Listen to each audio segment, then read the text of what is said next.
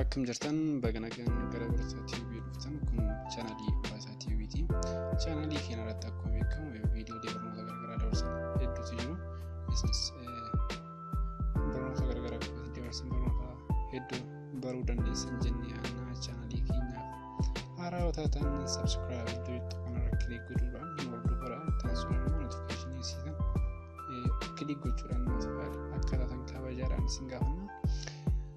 Yeroo darbe viidiyoo akkaataa moobaayilaa baddee yookiin hatame ittiin deebisnee argachuu dandeenyudha kan wajjin ilaallee turre. Viidicha irrattis namoonni garaagaraa yaada garaagaraa kennaa jirtanii galatoomaa isiniin jenna. Waan isiniin galan immoo irra deebiidhaan nu gaafachuu dandeessanii. Har'ammoo viidiyoo har'aa keessatti immoo akkaataa YouTube irra viidiyoolee YouTube irra jiran garaagaraa akkaataa ittiin deebisnee daawunlood yookiin buufachuu dandeenyudha kan wajjin ilaallu. Mee osoo isin beeksisan dheeressiin gara viidichaatti haa dabarru nu hordofaa.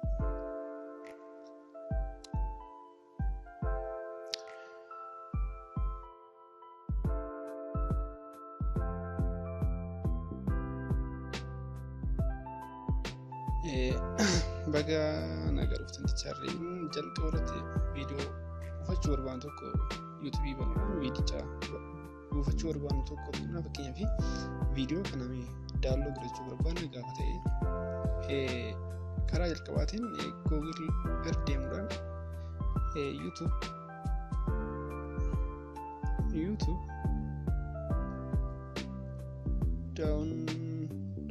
daawunlood jechuudhaan search goona.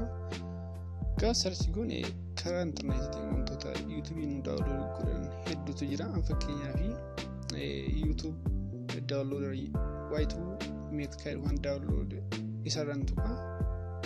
Gaafa tuqee jedhee liinkii viidiyoo kana asirraa arganna. Isa kana koppii gochuudhaan asirratti paste godha jechuudha. Paste gaafa godhe iddoo start itti tuqa.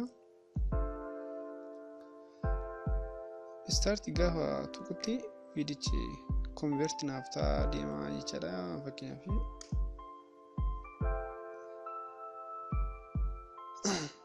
search gochuu jira gadi fakkeenyaaf convert gochuu jira jechuudha.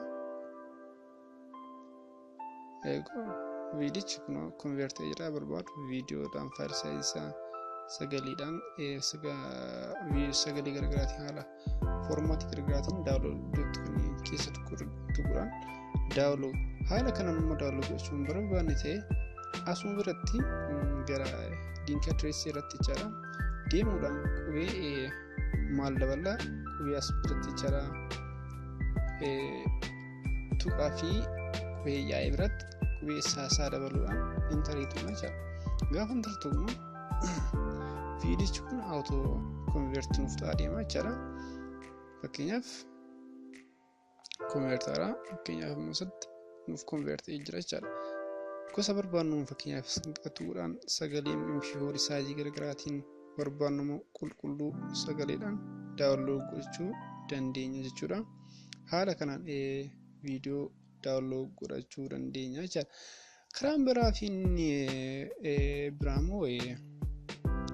inni biraamoo VLC Media Player yoo qabaatan ta'e VLC keessatti akkaataa ittiin daawunlood godhatanidha. Isin agarsiisu amma jalqaba irratti adreesii yookiin viidiyoo kana koppii gochuu qabna. Ergas booda VLC isa kana VLC Media Player kana baranna jechuudha. VLC Media Player irratti iddoo media irratti kilik goona. Achi booda immoo Open Network Stream iddoo irratti kilik goona. Boorata immoo liinkii koppii goone asirratti paste godhuudhaan play iddoo itti tuqna jechuudha. Amma load ta'uuf viidichi banamaa dhufee jira jechuudha. Erga banuu load gochuu eegalee booda tools iddoo itti tuquudhaan codec information kan irratti kilik goona jechuudha. Codec control load gochuudhaan liinkii kana location kana koppii goona.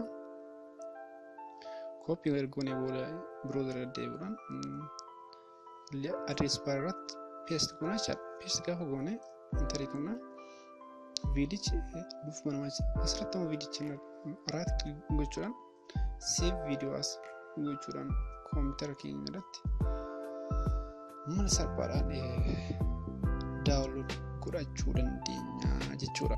Haalota viidiyoo maal kana walumaa galatti haalota viidiyoo laalli kanaan viidiyoolee YouTube irraa download godhachuu dandeenya jechuudha. Mobile irraa fayyadamtoota immoo akkaataa warroota mobile irraa fayyadamaniif ittiin download godhan wanti guddaan application Vidmate jedhamu yoo qabaanne application fayyadamuudhaan mala salphaadhaan download godhachuu dandeessan jechuudha. Waan hordoftaniif galatooma. Application Vidmate iddoo download godhatan immoo description irratti isin barreessaa achirratti waan download godhatanii itti fayyadamuu dandeessaniif fayyadamuuf immoo baay'ee salphaadha. Waan hordoftaniif galatooma isin jecha channel keenya immoo subscribe gochuun dagatina. Viidiyoo yeroo ta'an viidiyoo biraan qabadhee dhufa ammasitti yeroo gaarii galatooma.